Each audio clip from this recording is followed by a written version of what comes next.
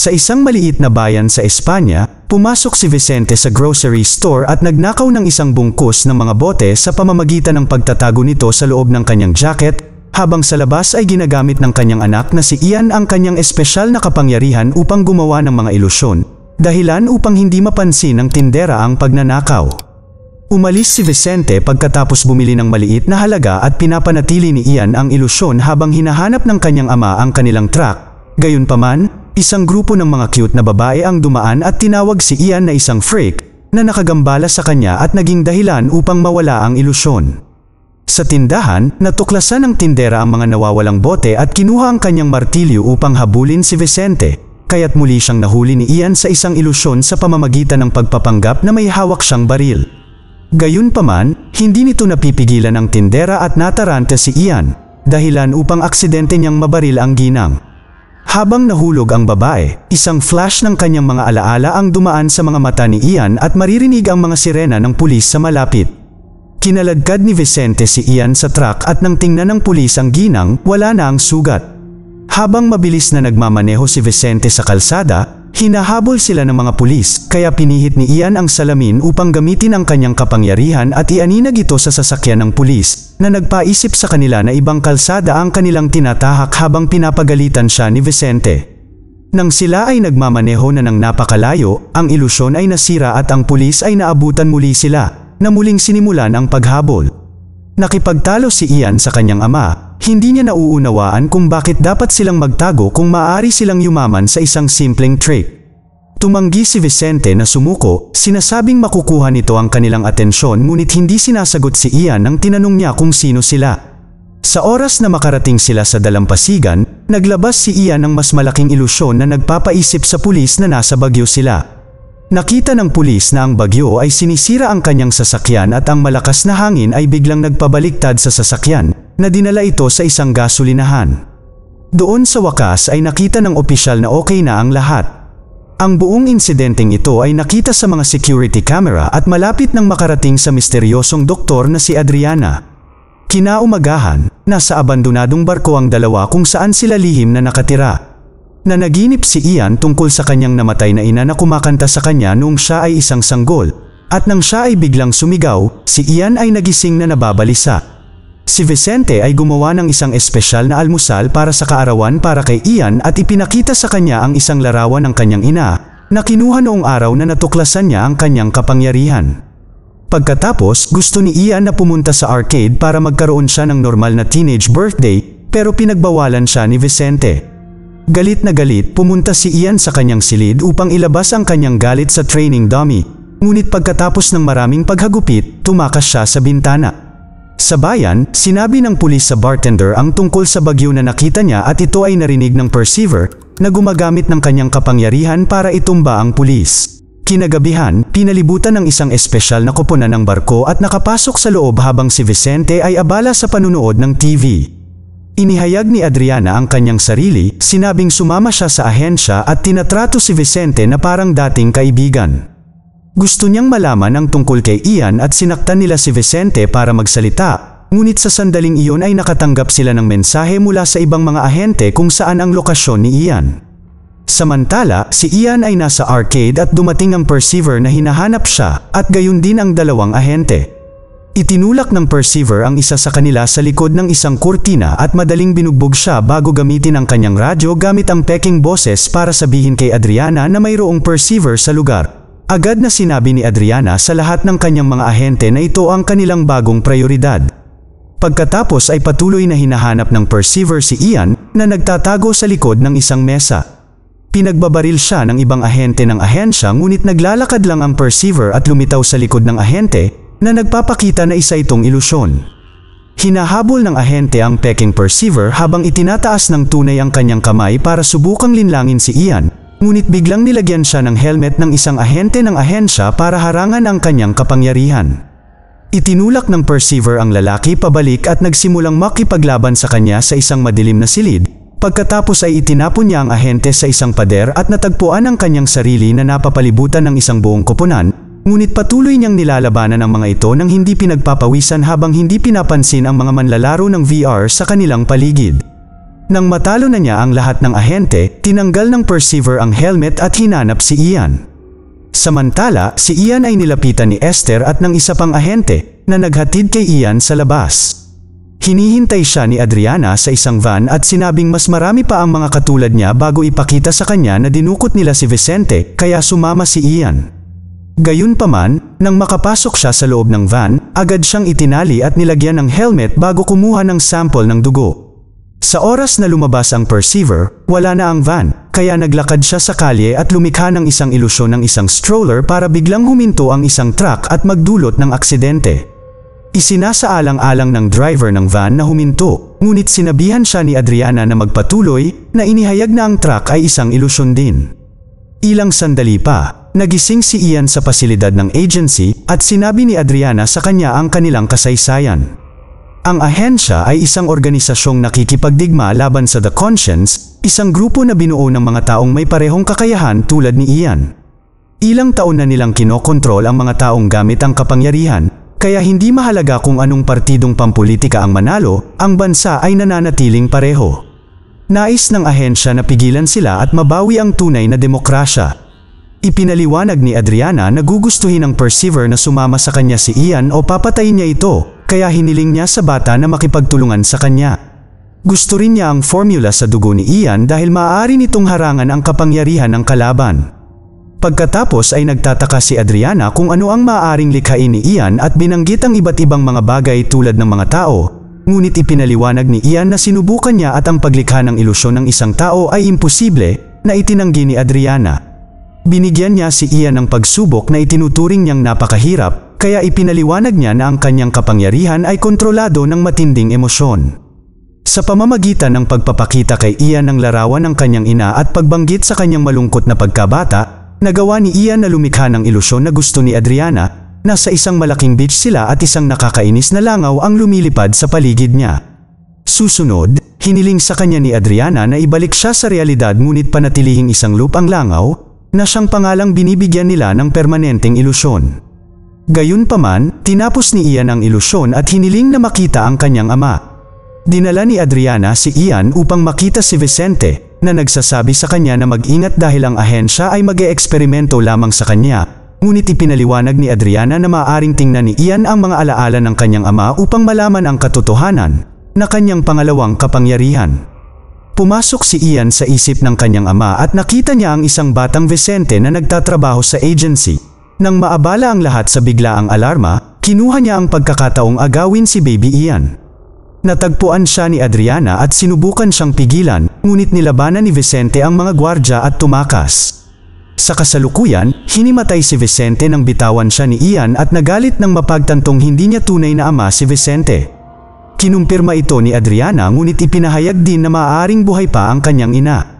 Pagkatapos, ipinakita ni Adriana ang mga resulta ng pagsusuri sa dugo sa Amerikano na gustong malaman kung paano nakuha ni Ian ang kanyang kapangyarihan.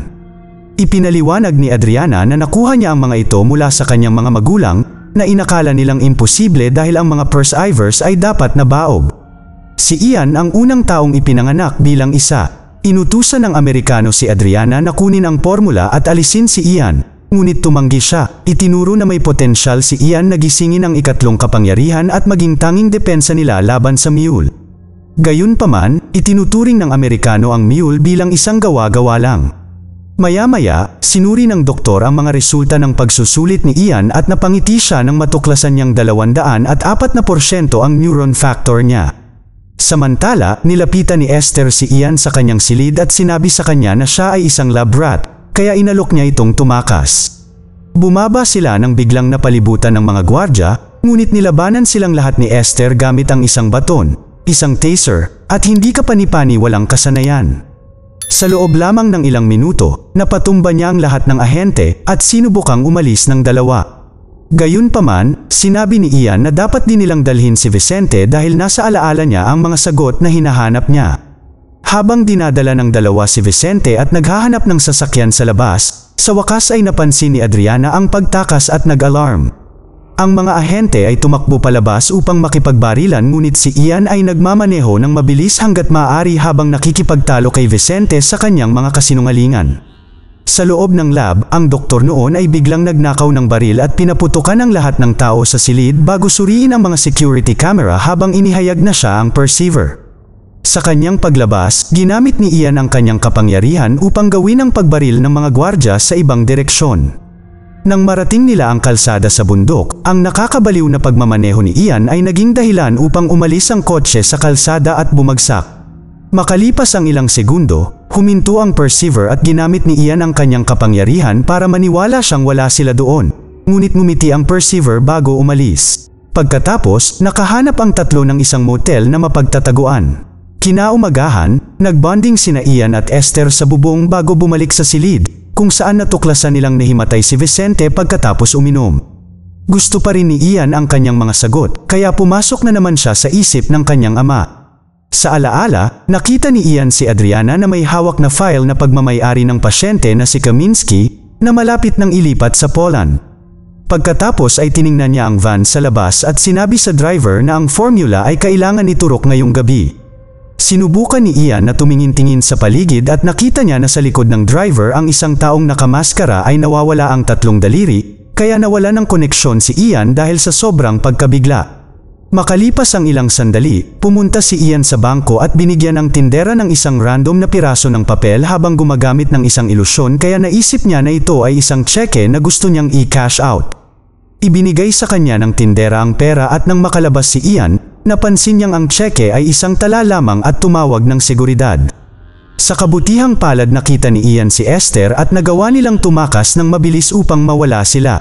Pagbalik sa motel, naglilibang si Esther sa pagpapalipad ng pera sa buong silid bago naligo, ngunit nag-aalala si Ian dahil wala si Vicente. Sa sandaling iyon ay narinig niyang may pumarada sa labas, kaya sinabihan niya si Esther na manatiling nakatago at pagkatapos ay maghanda ng isang ilusyon. Habang ang Perceiver ay pumapasok sa loob, nakakita siya ng isang abandonadong silid, ngunit agad niyang nakita ang katotohanan sa pamamagitan ng pag-alis ng takip ng salamin dahil hindi ito naaapektuhan ng mga ilusyon. Si Ian at ang Perceiver ay agad na nagsimulang maglaban habang ang mga ilusyon ay patuloy na nagbabago, at sinubukan ni Ian na gamitin ang taser ni Esther at maging ang isang upuan upang hindi mapakinabangan.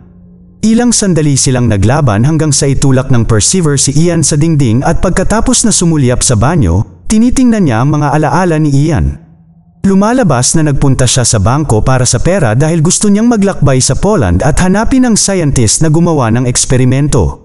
Nahimatay si Ian nang ihulog siya ng Perceiver at umalis na lang ang lalaki. Ilang sandali pa, napapanaginipan na naman ni Ian ang kanyang ina hanggang sa magising siya ni Vicente, na pinagalitan siya dahil sa pagnanakaw nila sa bangko na ngayon ay kumakalat ang kwento. Sinabi ni Ian na kasalanan ni Vicente dahil sa pagsisinungaling sa kanya at patuloy siyang tinatawag sa kanyang pangalan sa halip na tatay. Nagsimula ang isang pagtatalo at sinabi ni Vicente kay Ian na mayroon siyang dalawang pagpipilian, maaari niyang ipagpatuloy ang landas na ito na magdadala lamang sa kanya ng sakit, o maaari siyang umalis kasama si Vicente. Ngunit pinili ni Ian na pumunta sa Poland nang wala siya. Samantala, sinusubaybayan ni Adriana at ng Amerikano ang mga serial number sa perang ninakaw ni Ian at natuklasang bumili siya ng mga tiket sa tren. Maya-maya, dumating sina Ian at Esther sa Poland at agad na hinanap ang lab. Ang mga ahente ay naghihintay para sa kanila sa malapit, ngunit pinatumba silang lahat ng Perceiver sa ilang mga putok. Nang mahanap ng dalawa ang lab, isa itong lumang abandonadong gusali, at mabilis na nakita ni Ian ang silid mula sa kanyang mga panaginip. Gayunpaman, nanunumpa siyang dapat na mas malaki ito, kaya sinimulan niyang tapikin ang mga dingding hanggang sa makarinig siya ng hungkag na tunog. Agad na sinira ni Ian ang pader at nakita ang isang nakatagong silid na puno ng mga kabinet at mga dokumento. May isang notebook na may pamagat na Project Awareness at sa loob ay may isang larawan ng kanyang ina na nagpapaisip sa kanyang muling pagsasama. Binasa ni Esther ang likod ng litrato at nalaman nila na ang siyentipiko sa likod ng mga eksperimento ay ang lolo ni Ian, na ginamit ang kanyang anak na babae para dito. Samantala, bumalik si Vicente sa kanyang barko at biglang dinalaw ni Adriana, na sinabihan si Vicente na huwag na siyang uminom at maging isang tunay na ama. Bumalik kay Ian, bigla niyang natuklasan na dinala ni Esther ang Perceiver sa loob, na sinasabing tinutulungan niya si Ian na makuha ang mga sagot na gusto niya. Tumanggi si Ian na makinig at naglabas ng baril, ngunit alam ng Perceiver na ito ay isang ilusyon at lumakad sa kanya.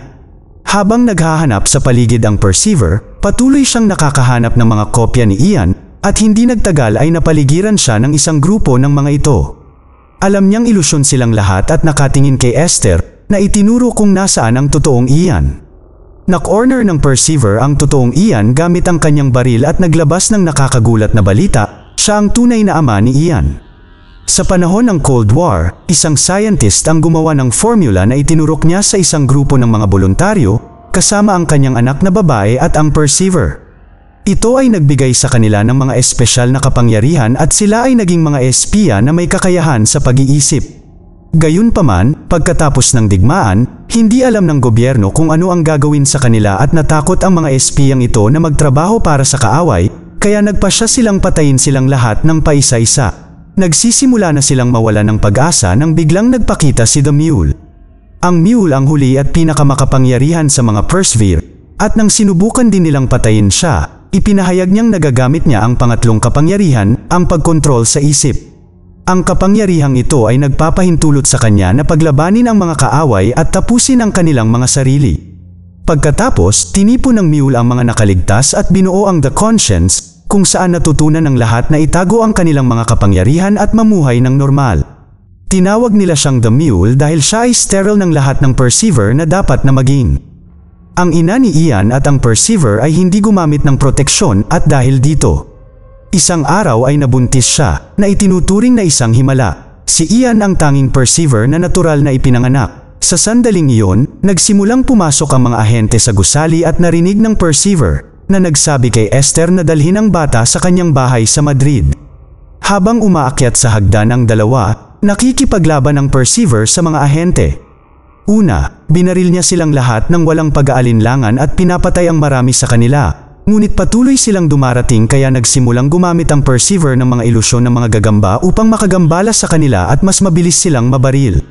Sa kasamaang palad, sinurpresa siya ng dalawang lalaki mula sa likuran at hinuli siya gamit ang helmet. Samantala, ang dalawa ay nakatagpo rin ng ilang ahente, ngunit madali silang natalo ni Esther sa loob ng ilang segundo kahit na ginagamit ang kanilang mga armas upang patayin sila. Pagkatapos siya at si Ian ay tumakbo sa bubong, kung saan ipinakita ni Esther ang kanyang mga kasanayan sa pamamagitan ng paggawa ng sobrang cool na pagtalon at paglanding ng perpekto. Nag-alinlangan si Ian, ngunit sa sandaling iyon ay mas maraming ahente ang lumitaw. Kaya nagpadulas siya sa isang lagusan at tumakas kasama si Esther. Makalipas ang ilang sandali, ang Perceiver ay dinala sa lab ng ahensya. Pagkatapos magpadala ng robot para kumuha ng sample ng kanyang dugo, pinaandar nila ang makina para pag-aralan ang kanyang katawan na nagdulot sa kanya ng maraming sakit. Inutusan ng Amerikano si Adriana na huminto dahil papatayin siya nito at kailangan nila siya, ngunit hindi siya pinansin ni Adriana. Gayunpaman, ang Perceiver ay nanginginig at umuungol sa sobrang sakit na walang pagpipilian si Adriana kundi itigil ang eksperimento. Makalipas ang ilang minuto, isang scientist ang nagdala kay Adriana ng masamang balita, ang formula ay sobrang diluted sa katawan ng Perceiver na hindi nila ito ma-recover. Ibinahagi ni Adriana ang balita sa mga Amerikano na sinasabing si Ian ang tanging pag-asa nila. Nang bumuti na ang pakiramdam ng Perceiver, humihingi siya ng tubig at dinalhan siya ng robot ng baso. Sa sandaling iyon, ipinahayag ng Perceiver na mayroon siyang pangatlong kapangyarihan at sa pamamagitan ng camera sa robot, kinokontrol niya ang isip ng technician at pina-activate niya ang armas ng robot na pinapatay ang lahat ng mga siyentipiko at ahente na nanonood sa kanya. Pagkatapos ay ginamit ng Perceiver ang technician para palabasin siya. Sa Madrid, dumating sina Esther at Ian sa bahay ng Perceiver at tinanggap siya ng housekeeper na may malaking sorpresa, buhay ang ina ni Ian, ngunit nasa catatonic state siya dahil sa mga eksperimento. Habang papalapit si Ian, dumating din ang Perceiver at sinabi sa kanya na ang kanyang ina ay hindi pa ganap na nawala, isang maliit na bahagi ng kanyang isip ay nananatili pa rin sa loob niya. Pumasok sa kanyang isipan si Ian at nang muli silang magkita sa kanyang mga alaala ay nanginginig ang kanyang tunay na katawan. Hindi nagtagal ay sumama sa kanila ang Perceiver at ipinakita kay Ian ang mga alaala ng malagim na pagpapahirap na pinagdaanan ng kanyang ina dahil sa ahensya. Gayunpaman bago siya mahuli, nagpasok siya ng isang alaala sa isip ni Ian upang magkaroon siya ng access sa formula na kinakatawan ng mga laruan. Gusto ng Perceiver ang formula para gumawa ng mga bagong tao na may kapangyarihan, ngunit nang subukan niyang lapitan ang mga laruan, napahinto siya sa isang hindi nakikitang pader. Napagtanto ni Ian na ayaw ng kanyang ina na makuha ng sinuman ang formula, ngunit patuloy na hinahampas ng Perceiver ang hindi nakikitang pader at ito ay nagdudulot ng malaking pinsala sa kanya. Ang sakit na ito ay nagpapaalis sa isipan ng lahat at bumalik sa realidad. Kinanta ni Ian ang kanyang kanta noong bata pa para sa kanyang ina bago ito mamatay. Sa sandaling iyon, pinalibutan ng grupo ng mga ahente ang bahay at pumasok sa silid. Si Ian ay nasa isang matinding kalungkutan na emosyonal na estado matapos mawala ang kanyang ina at sa wakas ay nagising ang ikatlong kapangyarihan, na nagpapahintulot sa kanya na kontrolin ang mga ahente at patumbahin sila isa't isa sa loob lamang ng ilang segundo. Pagkatapos ay naghanap si Ian ng higit pang mga ahente at sa pagkakataong ito, pinagbabaril niya ang isa't isa hanggang sa mamatay, nakangiti sa mga mantsa ng dugo habang hindi pinapansin ang mga alalahanin ni Esther. Natakot ang mga ahente at lumabas upang muling samahan si Adriana. Sinundan sila ni Ian at pinaluhod sila habang nakahanda ang kanilang mga baril para tapusin ang mga sarili.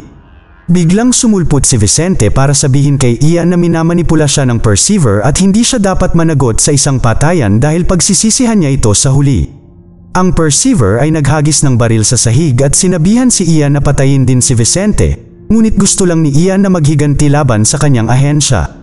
Si Vicente ay sumigaw sa Perceiver sa pagtawag sa kanyang sarili na ama ni Ian nang hindi niya ito pinalaki, at ang Perceiver ay gumanti sa pamamagitan ng pagbaril kay Vicente. Nagulat si Ian dahil dito, itinigil niya ang pagkontrol sa grupo at tumakbo para tingnan si Vicente habang inaalis ng Perceiver si Esther. Sa kanyang huling lakas, hiniling ni Vicente na pumasok sa kanyang isipan si Ian, alam niyang hindi siya makakaligtas dito.